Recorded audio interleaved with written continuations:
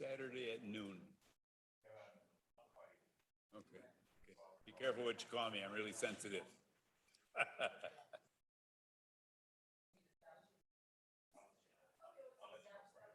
Okay. Well, I don't care about getting there early, but I should just show up with a broom, you know.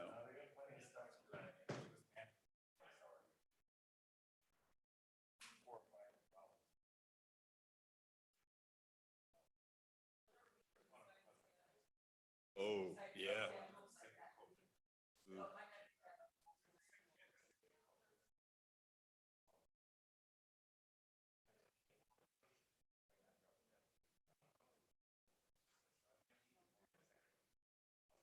Yeah, we'll do.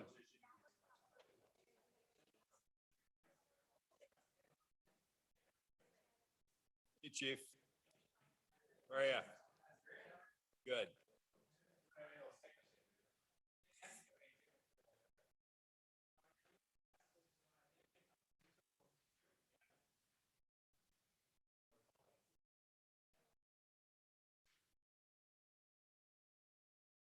Should have said something. I would have bought you two. Bet.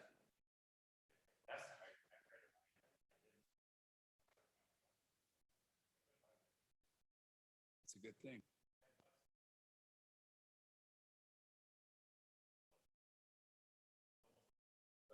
I always ask them what part of the chicken is it. Don't complain.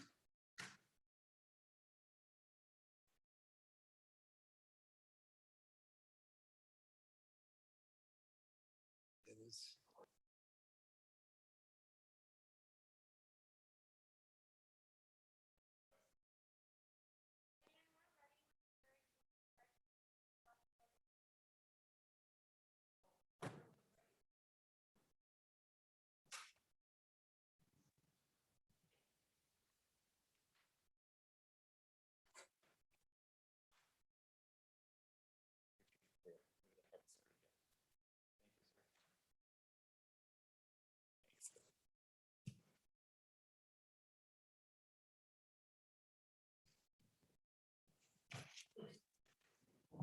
Okay, I show it as, oh boy. I show it as now 8:01 PM on Wednesday, September 8th, 2021. I'd like to call the Finance and Personal Committee to order. A roll call, Tom Smith, Here. Jim Olson, Here. Diane Wolf is here. Also in attendance is Amanda Jackson, Sabrina Steger, Eric Rindfleisch. I usually write names beforehand because I stall. Troy Goody and Chief Ashbeck and Jared Holter. Oh gosh, new names. Amy, HR, and do you go by Lexi or Alexis? You tell me. Okay, Lexi, with our HR generalist. Thank you. And also online, I see our city clerk, Joanne Marcon. So thank you everyone for coming this evening. Consideration and action on minutes from the previous meeting. I'll make a motion that we approve the minutes from the previous meeting. Second. Motion by Alder Smith, second by Alder Olson to approve the previous meeting minutes. Discussion. Hearing none, all those in favor of said motion say aye. Aye. Those opposed, motion carries unanimously. Item 3, public input limited to 3 minutes per individual. If anyone would like to give input at this time, they may do so. State your first and last name and your home address, and you have 3 minutes. First call for public input. Second call for public input. Third and final call. I will close public input and move on with the printed agenda. Consideration of possible action on the following items under finance. Number 4, July 2021, Omni Center financials. Sabrina. Thank you. The attachment 4 is the budget report for the Omni Center. A couple things to keep in mind. This is not including any revenue from the month of August. So we would have still had some pool revenue coming in for the month of August. So that will increase, sorry, not for the Omni, for the general. For Omni, Couple things to note there, the Omni has a couple big events that happened in August, and then the MMA fight is this weekend as well. So they hope to get closer to their targeted revenue for the Omni Center. And in regards to expenses, we are at 53% remaining for expenses. And for the month of July, that's again in a good spot to be for the Omni. Thank you. I will entertain a motion to place on file.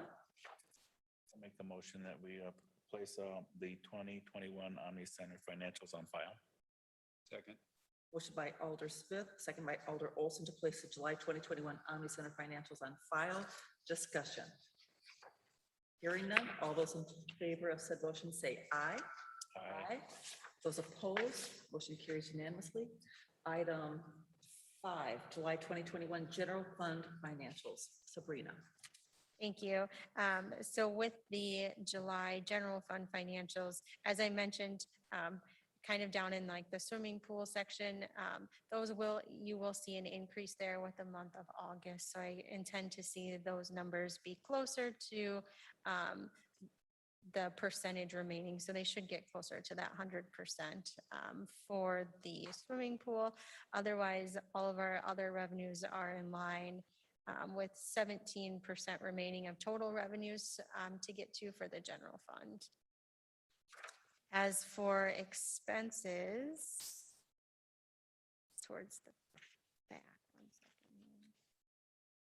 For expenses, we're at 41% remaining for expenses. So again, month of July, we're a little over where we expected in regards to expenses, but also a little higher in regards to revenue. So it's pretty well. I'll entertain a motion to place on file. Second. Excuse me, second. Is that a motion? Yes. Okay. I'll second that. So motion by Alder Olson, second by Alder Smith to place the July 2021 General Fund financials on file. Any further discussion? Hearing none, all those in favor of said motion say aye. Aye. Aye.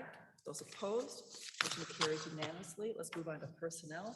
Number 1, recruitment update from Human Resource Manager, Amy. Welcome, Amy. Sorry you had to wait so long this evening. Evening. So with the memo that you received, just a quick update, we had 5 new hires for the month of August. So, and all of those have been on board. We are in the process of scheduling interviews for the planning associate position. And then we've got the status of our various hires that are in process that are in that last paragraph, to include our police officer, firefighter, and then our public works positions. Wonderful. A lot of movement and a lot of people coming on board. So good things to see. Any questions from FNP members? Thank you so very much. Appreciate it. Item 2, reclassification of finance accounts receivable / accounts payable purchasing clerk position. Will this be Eric? Okay. The memo was added to the accounts packet today, and there should be hard packets in your boxes today. Thank you, Amy, for getting those prepared. I put together a brief memo regarding this position. We do have a current policy 3.01, which is wage and salary administration. And the policy directs that department heads may take a request from an employee or made it themselves to review the classification of a said position. And that request was received. Position questionnaires as for every job were completed. The job factors were scored according to our new comp plan, the 9 job factors that Baker Tilly had assigned to us, as well as the skill level. Finally, those scores were then compared across the organization to ensure an equitable scoring and that we're avoiding any compression issues with that position itself.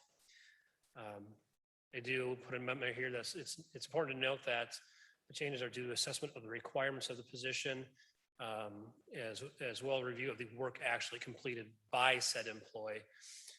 It is not what we anticipate or what we hope to accomplish, or it's not a promotional opportunity.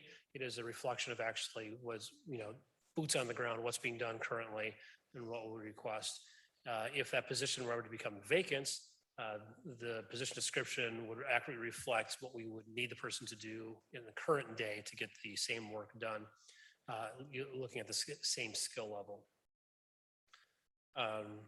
So before I move on, it is an individual basis. It is reflective of what's currently, and therefore I do make the recommendation that we implement the reclassification, the first payroll in September, first full payroll in September. Continuing, this is actually separate from what I anticipated for a review of all non-union positions as part of the budget. For those that already not have been reviewed through departmental reorganizations in planning department, Parks and Rec, and Public Works departments, those are already done. And so I will continue with that process. This is outside of that to just be reflective of a request as per our current policy. Thank you, Eric. What are the wishes of the committee?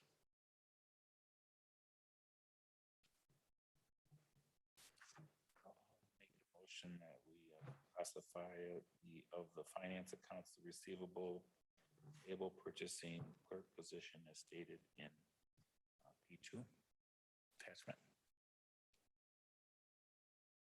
Is there a second? Second. Motion by Alder Smith, second by Alder Olson to approve item 2, the reclassification.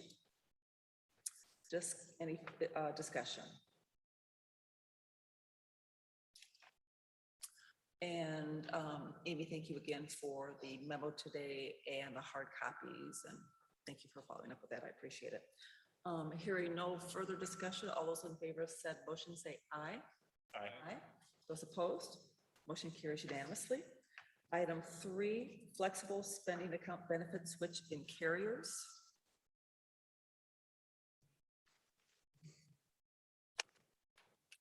Oh, welcome back. Again, just a quick introduction of the city's flexible spending account. Currently, our third-party administrator, our TPA, is through benefit plan administrator. So you have lots of acronyms going on, so bear with me. This is a city and benefit for employees where the city pays the monthly and annual fee for this benefit. And employees can contribute money through payroll deduction for medical and or dependent care expenses. And it does result in a savings to employees because it is considered pre-taxed. The process for this is conducted through our open enrollment period each year where employees can elect to enroll in this benefit or waive the benefit. We are coming up on our open enrollment period for 2022, which starts at the end of September, and recommending that we make a switch in our third-party administrator to Employee Benefit Corporation, EBC. This switch would be in recommendation from our current insurance broker, the Insurance Center, who handles a lot of our city benefits for the employees. And 90% of their clients roughly are utilizing EBC as a third-party administrator, so it is widely used. Both myself and our current finance director, Sabrina, have had experience with this company as well, with very high success rates. And we are hoping that employees will also appreciate the high level of customer service with this new TPA. There is a little bit of a cost savings as well with the monthly fees and the annual fees that are charged to the city.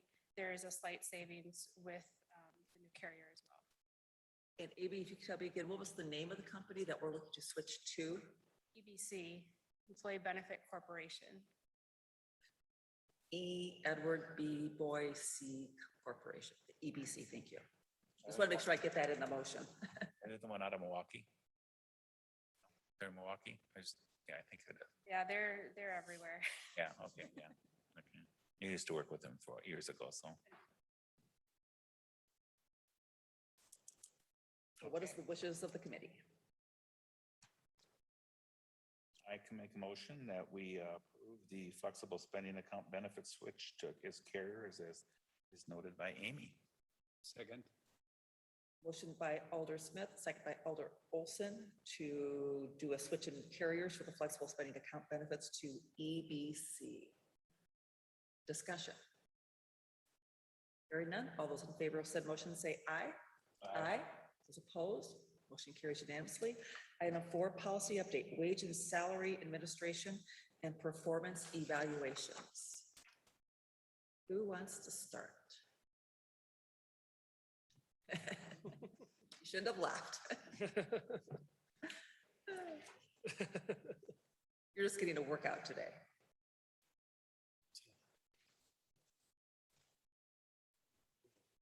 So we'll start with the first one, the wage and salary administration. So this is policy 3.01. And in this policy, there was some general cleanup as well as one substantial change that I would call, and that is when the effective date of step increases. The performance evaluation policy, policy 2.3, would also effectuate these same changes. So these two policies would mirror each other in that respect. So the current practice is that performance evaluations are completed in December, and then step increases, if approved by Common Council and if the employee is eligible based on their performance evaluation, would go in effect the following year of when their anniversary date of when they were hired or promoted. So with this change, the option would be for those that are promoted, the first half of the year, that step increase would be effective the following January. If they were hired or promoted the later half of the year, that step increase would be effective the following July. Performance evaluations would then be due 1 month prior to that effective date. So in a sense, instead of having changes throughout the year based on anniversary dates, it's typically each pay period or at least every month. These changes would go into effect 2 times a year. It'd be an administrative ease in implementing that process. Pros and cons in both of these, but that would be the major one that I'd like to highlight. Okay. Yes. Oh, Eric, thank you. I think just to strengthen the statements made here by Amy Fransden here, the anniversary date issue is one that really has been driving this policy change forward due to the complications that payroll has in terms of every week, every pay period, there is new adjustments need to be made, which adjusts everything. But also from my standpoint, budgeting purposes, it's very difficult to create the tables to accurately reflect, anniversary dates. Beyond that, there's also some issues of consistency of when employees get, through promotional opportunities or new hires, have their anniversary dates or their dates possibly changed. This will provide far more consistency across the board. Will make payroll a whole lot easier and make budgeting a whole lot easier as well for staff. So this is also a matter of efficiencies created and accuracy created as well. Changing the review process is reflective of the fact that if we're going to change and have 2 anniversary dates, depending on when hired, because of probationary timeframes, it would be important that employees get at least their probationary review, if they're a 6-month employee, or they're halfway through the probationary review, at least if they're a 1-year employee, before they get a step increase. And this will ensure that occurs and avoids the conflict that we currently have, where someone elected at the end of the year could have a review that makes an adjustment to their pay step, but they haven't been here a year yet, or they haven't had a full review yet, or they're still in probationary time frame. So I recommend approval of the procedure, but that's really the driving factor here. There certainly is other cleanup language, as Amy had indicated here, but the main factor here are the anniversary dates and the performance evaluations. Thank you, Eric and Amy. How do we get a motion on the floor, and then we can ask questions? I'll make a motion that we approve the wage and salary administration as in P4. Recommendation. Policy number 3.01. Yeah, the first one, the wage and First, salary. Wage and salary administration. Yes, the first one. Is there a second? Motion by Alder Smith, second by Alder Olson, to approve the wage and salary administration policy number 3.01. Questions or discussion? I have one question. If somebody is on a, not probationary, but not doing well, performance issues, that kind of carry over through those kinds of things, how does that impact, their next evaluation or performance if it's just twice a year kind of thing? If you're on a performance improvement plan or you're not performing well in your review, you do not qualify for your step. So you miss it for that year. process until next year. So you're off the performance improvement plan, correct? Okay. And that's covered in the next one that we're going to, Okay, I guess. number 2 under procedure. That was my only thing I would think about, how to manage that, but if it's, okay, got it. Thank you. Judy, do you have any questions? I have just a couple questions. Under, on the first page, under compensation philosophy, the 3rd paragraph. The word private employers. So we're removing any competition to look at private industry then? I mean, this is all new to me. I've never seen this in being here all the years I've been here, so this is a switch. So I realize the job description, the one with the marked changes, there's lots of colors on this job description. Some of these changes had been started prior to my arrival, so that was one of those changes that was marked by the previous HR team, I'm assuming. So I can't speak to as to why, but I think keeping it vague and somewhat ambiguous leaves us open to look at larger markets. So did I hear you right that wasn't your change to take out public? That was not one of my Oh. changes, but again, I was working off a draft copy that the previous HR team had. Oh, So again, that's why there's a lot of different colors that. yeah, I was confused with colors. I was like, okay, is yellow, is blue current and red is taken out? Well, so I was getting a little, that was going to be one of my next questions when we get to the next document. So Eric, who knows, are we, is it practices in public and private employers? Is the current one? The current version would be and private, include the phrase and private. But the way it is presented this evening, it is to just public employers, correct? That's the way that I read it.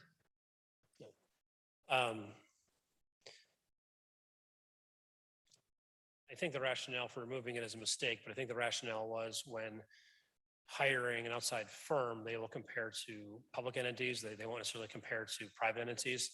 That's a much broader, more expensive comparison because, how do you compare a public work operator to somebody in the private sector? It would be difficult for many of our positions, or a police officer to somebody in the private sector. It doesn't really compute as well. So I think the rationale perhaps was to remove that because the comp study was only going to reflect the public sector. I think it's a mistake to remove the private because the statement there in terms of philosophy is, to get employees, we must be competitive against all of our competition, if you will, for employees, and that includes the private sector. So I think the rationale might have been different, but I think it was implemented incorrectly. I would suggest keeping the private there because that is our compensation philosophy. We have to be competitive with the private marketplace.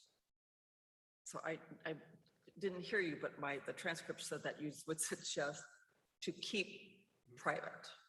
Yes. Yeah, I try not to be one of those people that, well, this is the way we've always done it. We got to keep doing it that way. I don't believe in that philosophy, but this is one thing that this has been the 21 years I've been here on and off, is that we've always talked about public and private and comparing. And, because when you start talking about like secretarial staff and support staff and that kind of thing, or engineering, there is some cross-reference within the community. And then when we also talk about benefits, because I know in past councils that I've served on, comparing the benefits and trying to get a comparison of what the local market was, at least to kind of have some type of comparison. I know that's been very important in past councils to keep that word private in there. So I will come back to that in a minute. Let me see what else.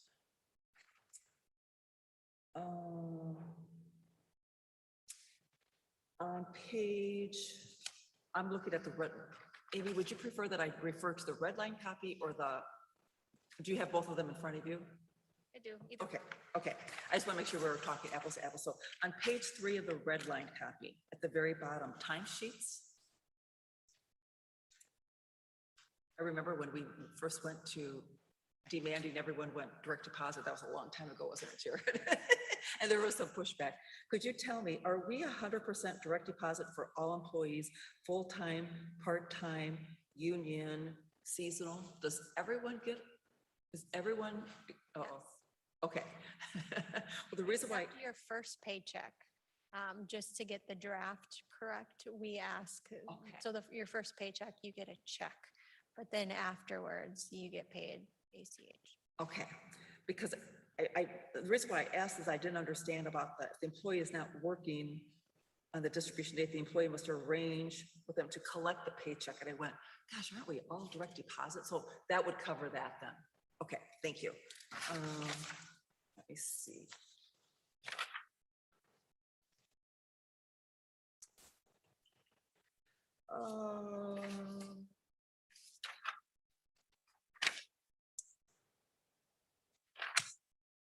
Under hiring rates.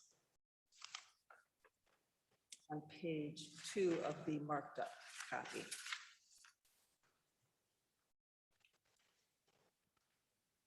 I'm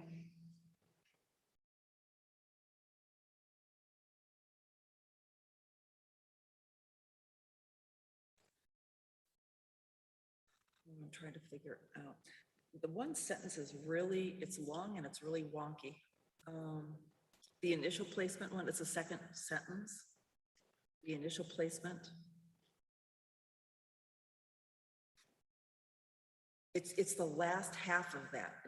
I don't know if it needs an extra word or something. I mean, I had to read it like 3 times before I understood what it was saying. The content is fine, but I think I would just suggest maybe, I don't know. I just think it needs to be reworked. It's just very, I don't think it reads really well.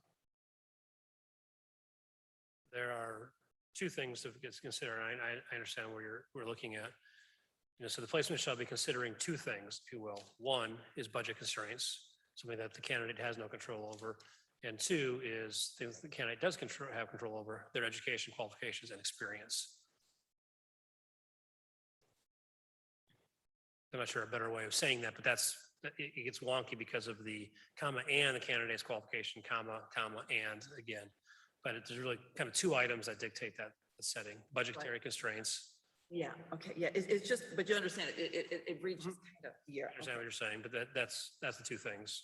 Okay, so then the next paragraph, adjustments to pay ranges. It's the 3rd. Yeah, that is a new, yeah. The 2nd and 3rd paragraph, the first one where it starts off equity increases.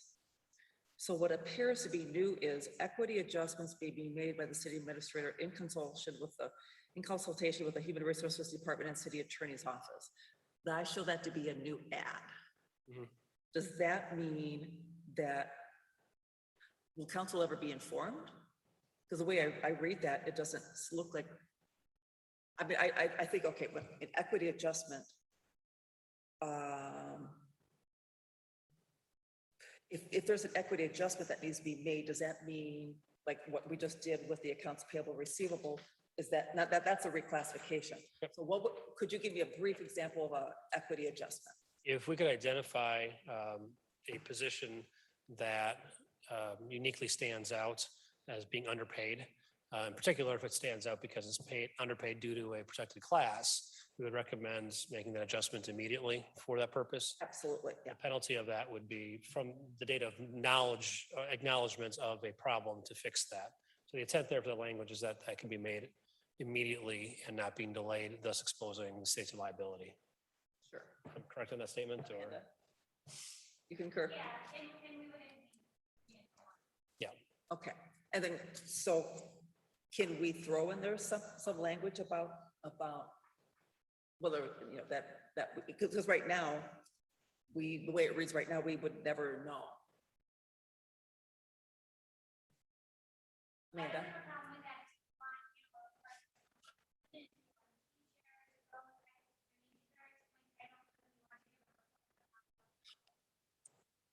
Right, oh, I understand. Right, I understand. I just know from past experience that we would want to know. And if we don't know, then we're going to be upset. I just think that we should know. Yeah, I mean, ultimately, it'll be reflected moving forward in all budgets thereafter. So we see it budget. Well, if it happened this year, I'm not seeing it. The way it's presented now, I have no idea. But that's what I'm saying, that I understand the sensitivity of how to get the information. I totally get that. But at the end of the day, we all six need to know. Yeah, and rather than actually know their process prior to Right. having that sentence, like we didn't know that. Right, right. We didn't do that. We just wanted to clear that out. And also that following, you know, really defining what is equity increases. And what is so we're not talking about. That's not an equity increase. I would say Right. that's under take. And Right. early increases are going to be required. Right, and they're gonna be permanent, right? So, like I said, I just know from past experience that, however it is conveyed to us, and however you would think would be most appropriate, I mean, if you think it goes to F&P chair, then there would, or the council president, there would have to be that expectation that they will share that with council members. Because if they don't, that would be a problem. I'm just saying. But I understand about the open session and all that kind of stuff. And then my other concern was then the next paragraph was temporary adjustment and pay may also be used because this, yes, to recognize employees who temporarily assume additional responsibilities while their pay grade remains the same. So does that mean that when we've had this in the years past, that when someone leaves a department and then a number of other employees, they absorb a number of their job duties, it's always come to council before, would this take the place of that then? So they wouldn't have to come to council all the time? Amanda?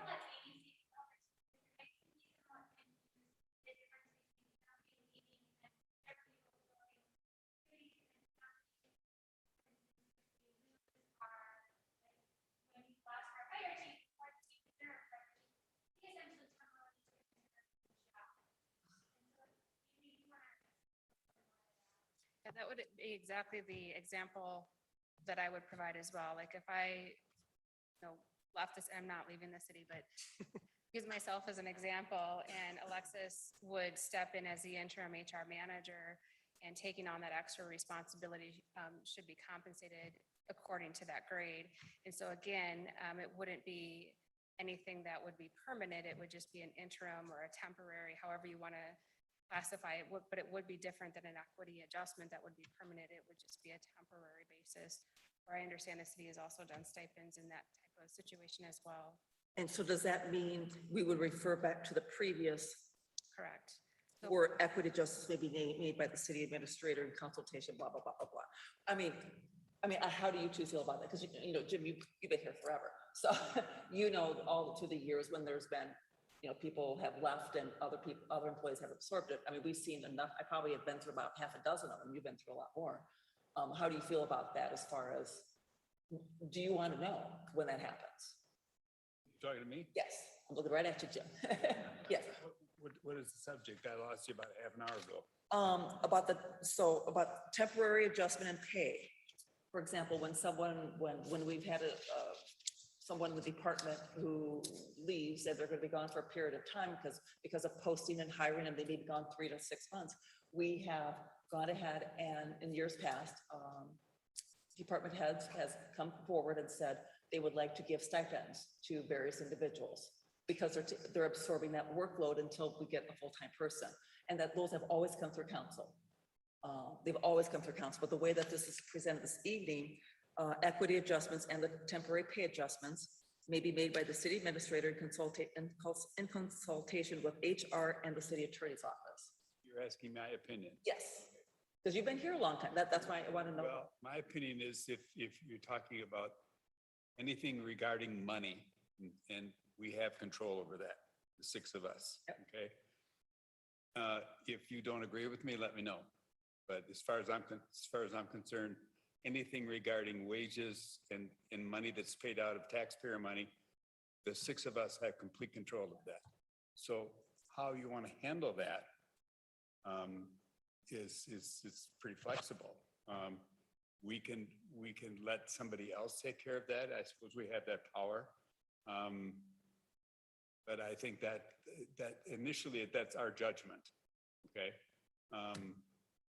And if somebody disagrees, we can have a conversation about it. Or you're saying we as a council should make that decision, whether or not we're going to give that money?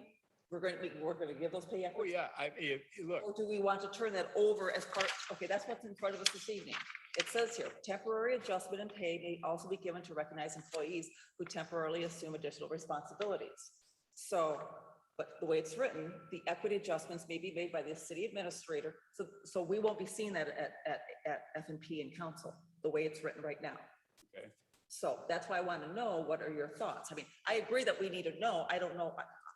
I personally am willing to cede that and give it to those people who I believe that we have entrusted to make good decisions on behalf of the city. But at the end of the day, at a bare minimum, I think we six need to know at some point that has occurred. However, we're relay that information, I'm fine with, but we need to know that it happened. So. Yeah, I don't disagree with that. I think if we are initially accountable for that to the public, then we have to have something to say about that. It makes absolutely no logical sense to me whatsoever that we're responsible for this if a constituent asks us, but we don't have any power to do anything about it. That's just nuts. Thank you. And Tom, what are your thoughts? I agree with you. I think the council does need to be in the loop somehow. I don't know how, but the administrator works for the council. And so I think that we do have an accountability to know where salaries are going. Now, how we do it, I mean, we delegate to our administrator to make those decisions, make recommendations, but I do think the council has to be involved in somehow. We're not micromanaging, but when it's equity and when it's financial impact, then I think somehow we need to be in the loop. So I agree with you and you that the council needs to be involved somehow. I'm not for sure the best way. And Amanda, thank you.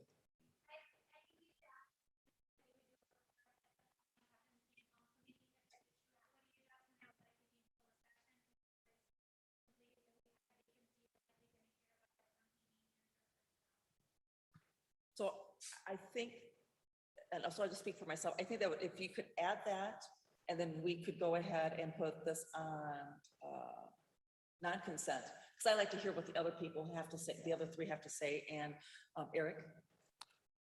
The absence of that communication in these paragraphs here is not to be read into the absence of future communication regarding those issues. Again, this is the overall policy as you know, a document will be in a book. So when a situation arises, how do we react to that?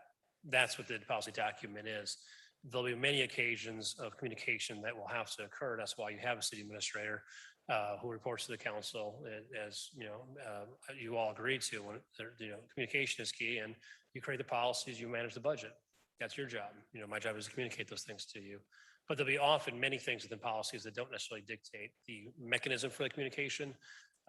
That's on my shoulders. Make sure you are communicated with those issues that you need to be dealt with at a timely manner. So don't look at the absence of that mechanism in the policy as any attempts to not communicate with you. Oh, no. It's just simply meant to be what are the steps necessary when an issue arises. I guess my biggest concern is I want to make sure that we're all on the same page, so there is no miscommunication or people think whatever. I firmly believe in communication, and it's just best for everyone to know what that thought process is and what we all think.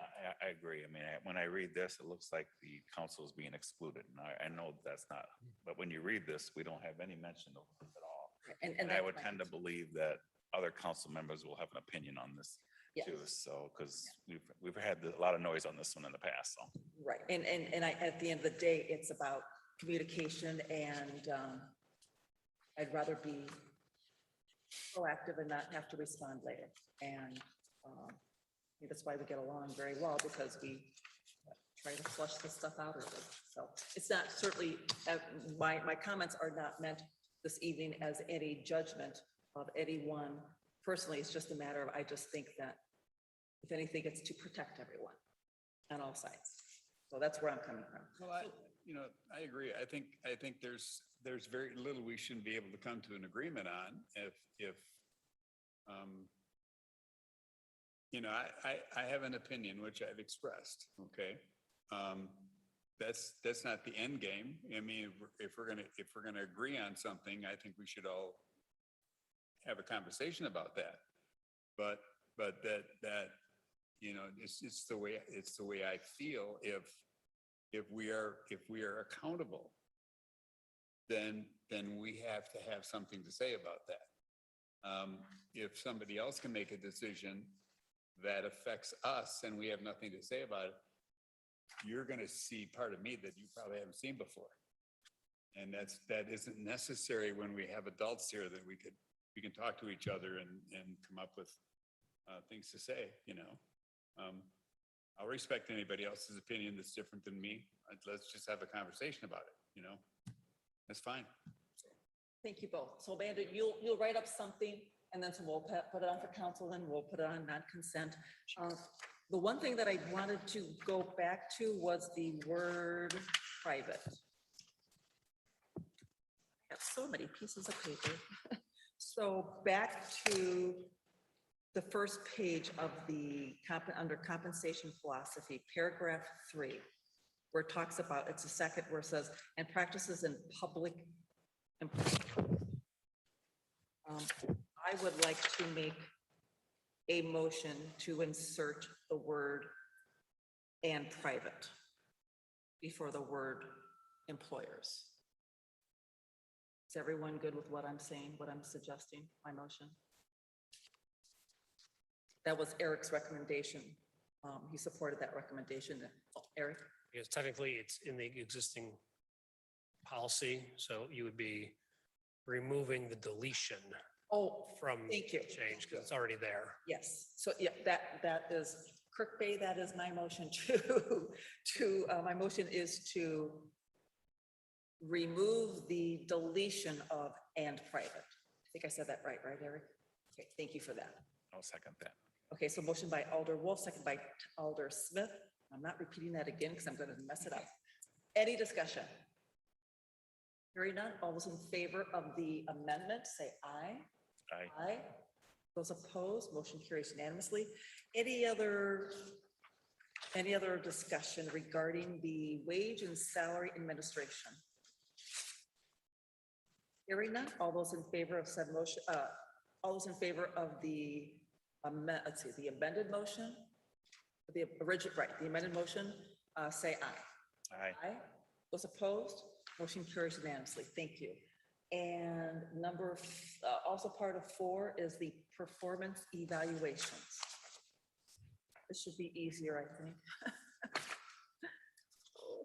Amy.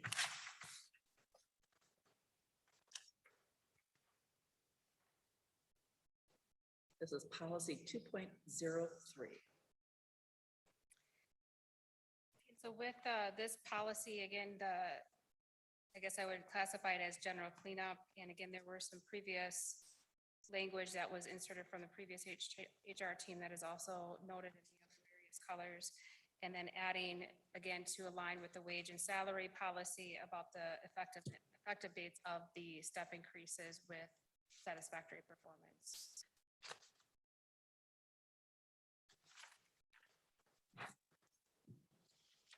I'll make a motion, this was, have any other questions?